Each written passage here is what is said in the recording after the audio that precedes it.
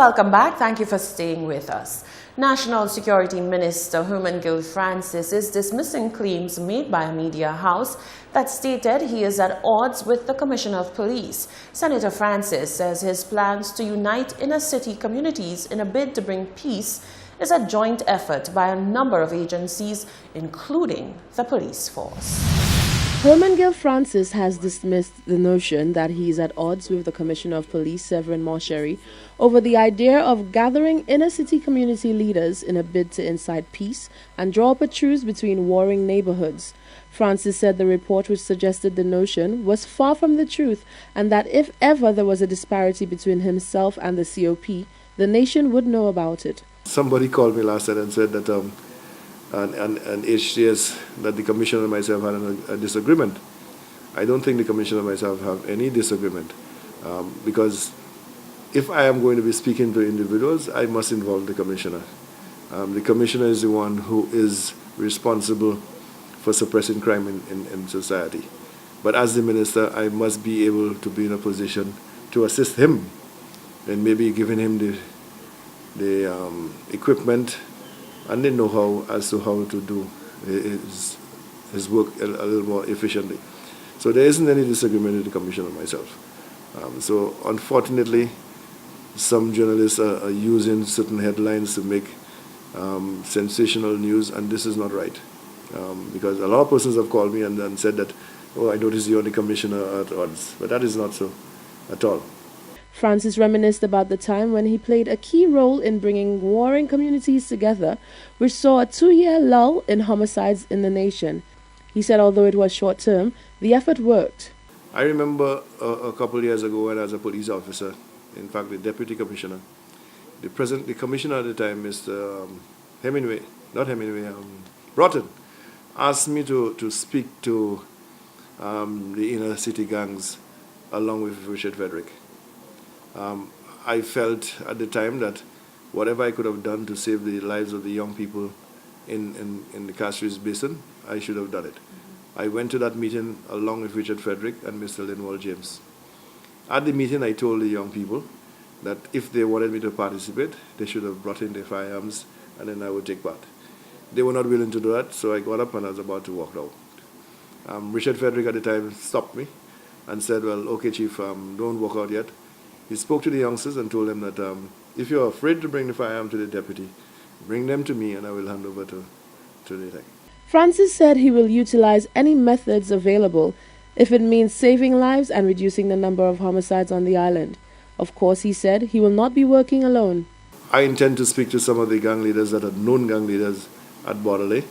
I will not do it alone. I will bring certain persons along with me, like the president of the visiting justices, a priest, a sociologist or a psychologist, persons in society who I think have influence and can make a contribution.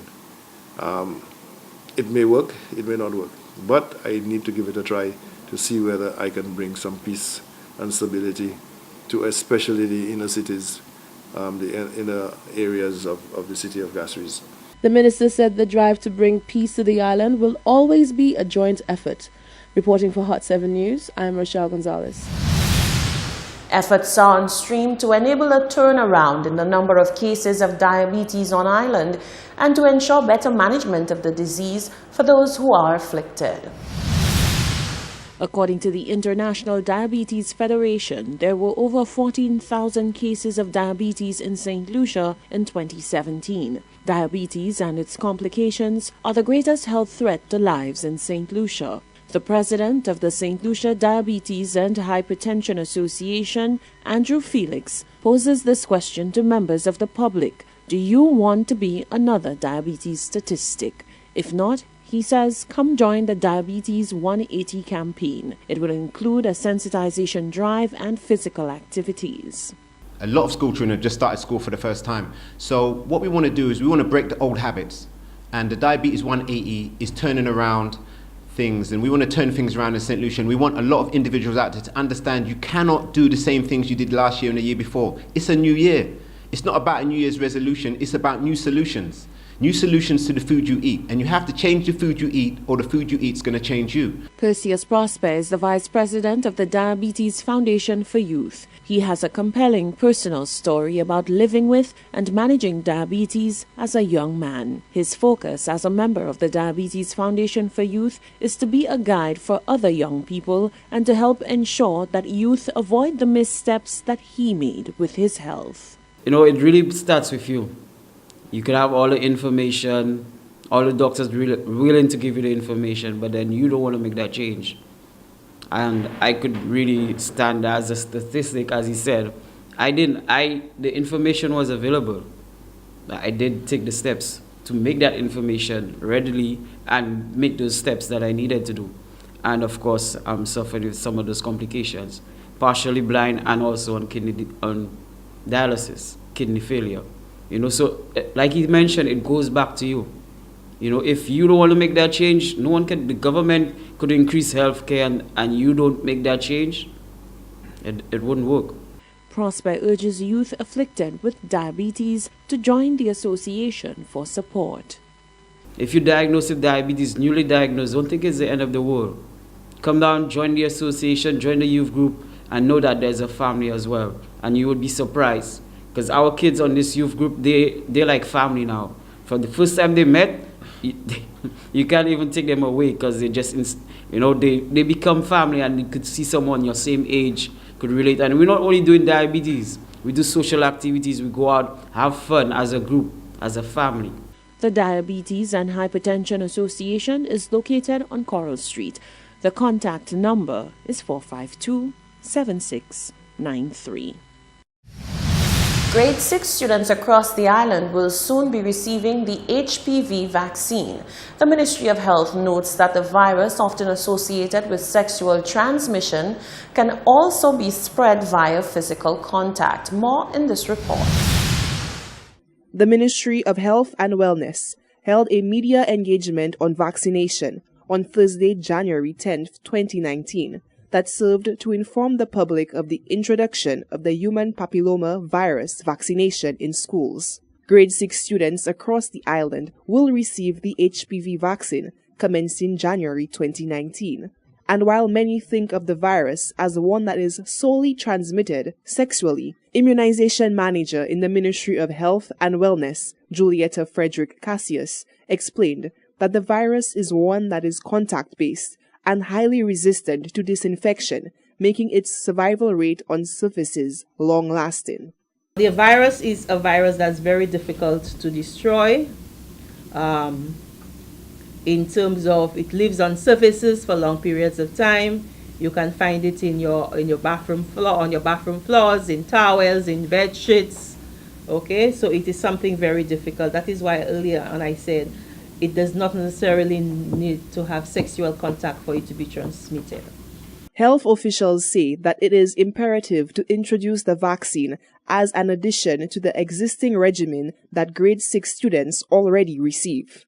Hence the reason why we are introducing the HPV vaccine. For it to be effective, okay, so it has been pre-qualified in age group 9 to 26 years. The recommendation is that it's given to children 11 to 12 years to be able to coincide with what we do presently with our grade 6 students. We're already giving them vaccines. So we are going to introduce the HPV and co-administer it with the adult DT and the polio vaccines that they are currently receiving. So this will just going to be an add-on. HPV transmission happens when the upper infected skin cells shed and is not found in bodily or genital secretions. The infection can cause cancers and infections that include warts. Reporting for Hot 7 News, I am Solaj Alfred. St. Lucia's most talented teen title holder, Francine Mason, is still riding the wave from her first regional pageant in St. Kitts, where she emerged first runner-up. After capturing the national teen title, Mason, under the tutelage of Lady J Pageant Coaching, immersed herself in preparations for the Caribbean Talented Teen Pageant. She says she's proud of herself because she was able to take on the challenge and be successful. At first, I was very doubtful about doing this pageant. I never had any interest in it at first. And then I proceeded to the auditions and I got through.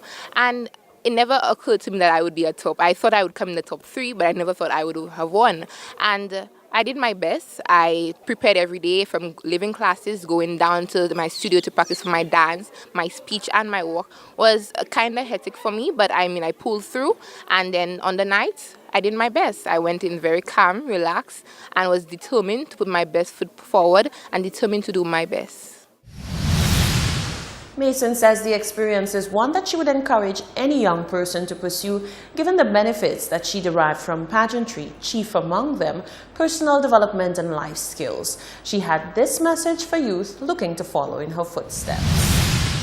I always say trust your instincts, because at first I didn't want to do this and I trusted myself, I trusted the people around me, and then I pushed through. I did it, and I'm thankful for that. I'm thankful for everyone who helped me, and just do it, because at the end of the day you benefit yourself and you had that experience that you can tell to your friends and your family in the near future. 16-year-old Mason is a student at the Sir Arthur Lewis Community College A-Level Department. This is the Hot 7 Nightly News. Stay with us. There's more after the break.